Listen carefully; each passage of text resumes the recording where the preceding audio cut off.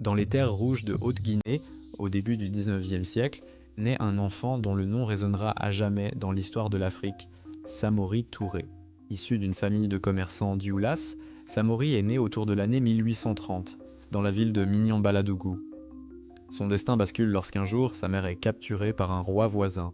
Samori, encore jeune, prend alors une décision radicale. Il s'engage volontairement auprès des ravisseurs pour rester auprès de sa mère. Pendant plus de 7 ans, il sert dans l'armée ennemie, apprend leurs tactiques, leur langue, leur culture, et surtout, il gagne leur confiance. Cette période forge en lui le stratège, le diplomate et le guerrier qu'il deviendra. Un jour, lorsqu'il gagne assez de pouvoir, il libère sa mère et retourne dans son pays natal. Mais le Samori qui revient n'est plus un simple fils de commerçant. C'est un homme formé par la guerre, la politique et la patience.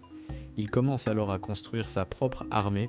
Il rassemble autour de lui des hommes loyaux et forme une troupe disciplinée qu'il appelle les Sofa. Il comprend vite que pour survivre, il faut être plus qu'un chef de guerre, il faut être un bâtisseur d'empire. Dans les années 1860, il lance les premières campagnes militaires et impose son autorité sur plusieurs territoires voisins. Grâce à son charisme, sa maîtrise du commerce et son sens stratégique, il parvient à fédérer plusieurs peuples sous une même bannière. C'est la naissance de l'empire du Wassoulou. Un empire musulman, organisé, structuré, avec une armée régulière et un appareil d'État. Samori modernise ses troupes, introduit l'usage des fusils, construit des ateliers d'armement et impose une discipline de fer. Il crée un réseau d'espions, une administration religieuse et un système de messagers à cheval qui relie toutes les capitales régionales de l'Empire. Mais à l'horizon, une menace gronde, l'expansion coloniale française. Entre tension et colère, les premières confrontations éclatent. À Woyo-Woyanko, Samori inflige une défaite humiliante à la colonne française dirigée par le colonel Bornis Desbordes. Ce n'est plus un simple chef local. C'est un obstacle majeur à la domination française en Afrique de l'Ouest. Les Français le surnomment le Napoléon noir. Mais Samori est plus qu'un général, il est aussi un diplomate. En 1886, pour gagner du temps, il signe un traité avec les Français, fixant le fleuve Niger comme frontière entre leurs territoires.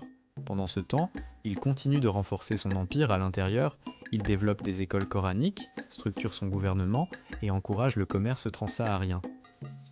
Mais la paix ne dure pas. Les Français, avides de conquête, violent les accords. Samori réagit avec vigueur.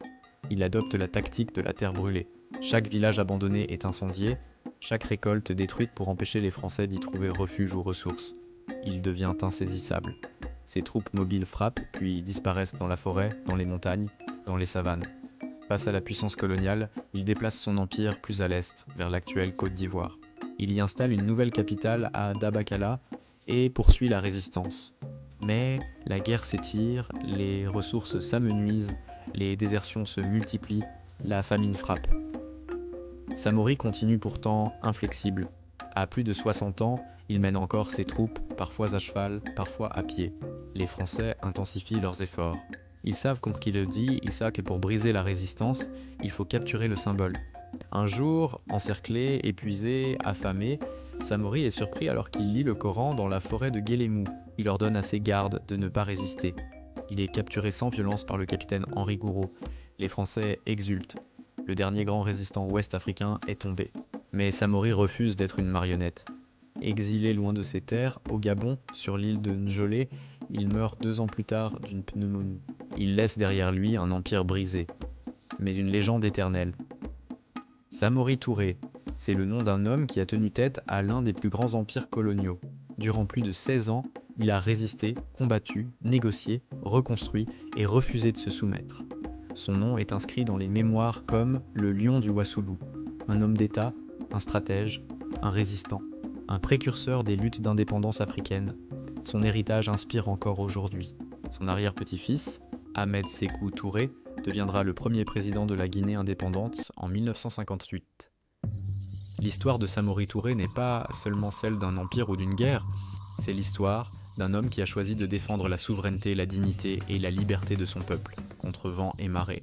Un homme qui a montré que l'Afrique avait ses héros, ses bâtisseurs, ses résistants, et qu'elle n'avait pas besoin d'être conquise pour être grande.